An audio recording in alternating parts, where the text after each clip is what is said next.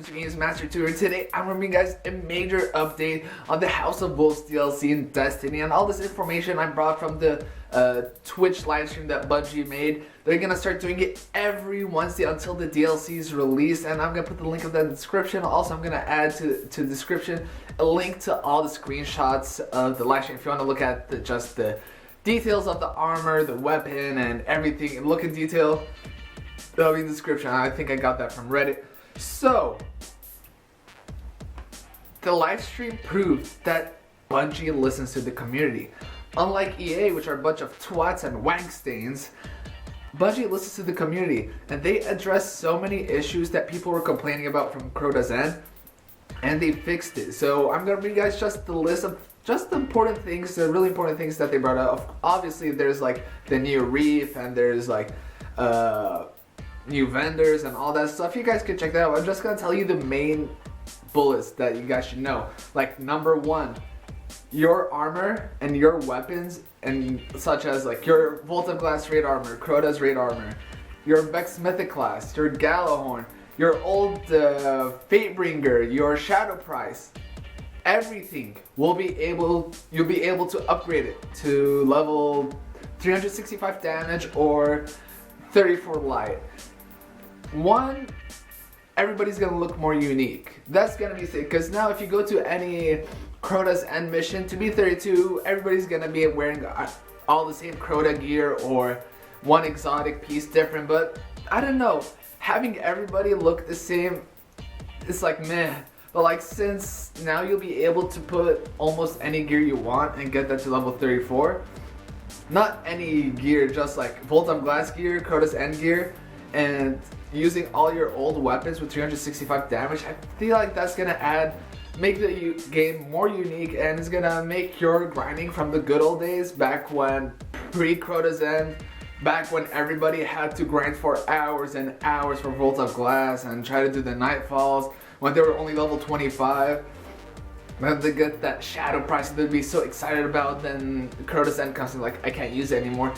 You'll be now able to use it. So, coming from a guy's perspective that got this game on launch day, I grinded so many hours to try to get to level 25 or something, then try to do Vault of Glass while still being such a low level on normal mode, and doing that for hours and hours, and I literally put at least 500 hours into pre-Crota's End into the game.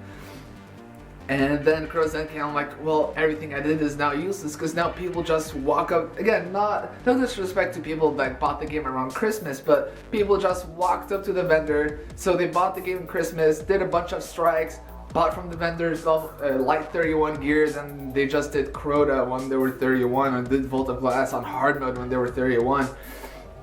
That's like, it was just too easy. But for people like us that grinded a lot of Vault of Glass and have all the raid gear, now we have something to look forward to. Now my Vex Mythoclast has 365 damage, my Fatebringer 365, my full raid gear for Hunter, Warlock, and Titan. I have full raid gear, helmet, gauntlets, chest, boots. Everything's gonna be level 34 light. I'm so stoked about it. I'm honestly really happy that they added that feature to it.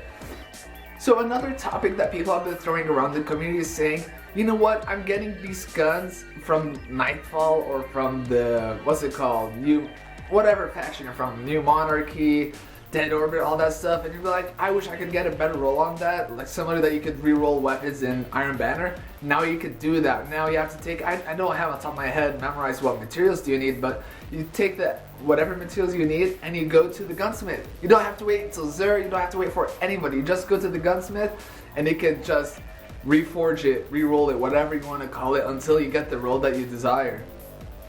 I think it's just weapon parts in Glimmer. I could be mistaken, but yeah. This feature that they added is so sick that, I don't know, I had the biggest smile. I was like, I had the biggest smile on my face. Because if you've been doing Vault of Glass for a while, I'm not talking about launch day, but since you're doing launch day since Crota's End, since you've been doing Nightfalls on weeklies and just daily missions, and you've just been getting those Ascendant shards, and you're like, Bungie, I can't do anything with Ascendant shards. I have a bunch of Ascendant energy. I have like 200, 300 of them. People even have thousands of them.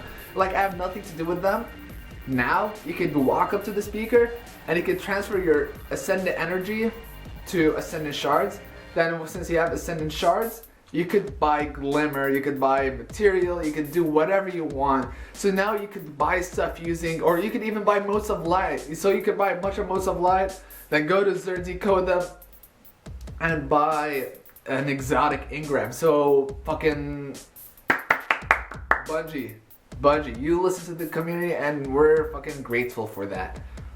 And other than that, those are like, for me, that was like so fucking cool because people have been requesting that in the community. But other than that, obviously they showed kind of the new vendors, the new social space. Now you can get to level 34. But the really cool thing about this is that you could get to level 34, you could upgrade your weapons, you could reroll your new legendaries, you could go to the new social space, you can do all that without even buying the DLC, so you won't feel too left out if you can't afford it, if you don't want to buy it.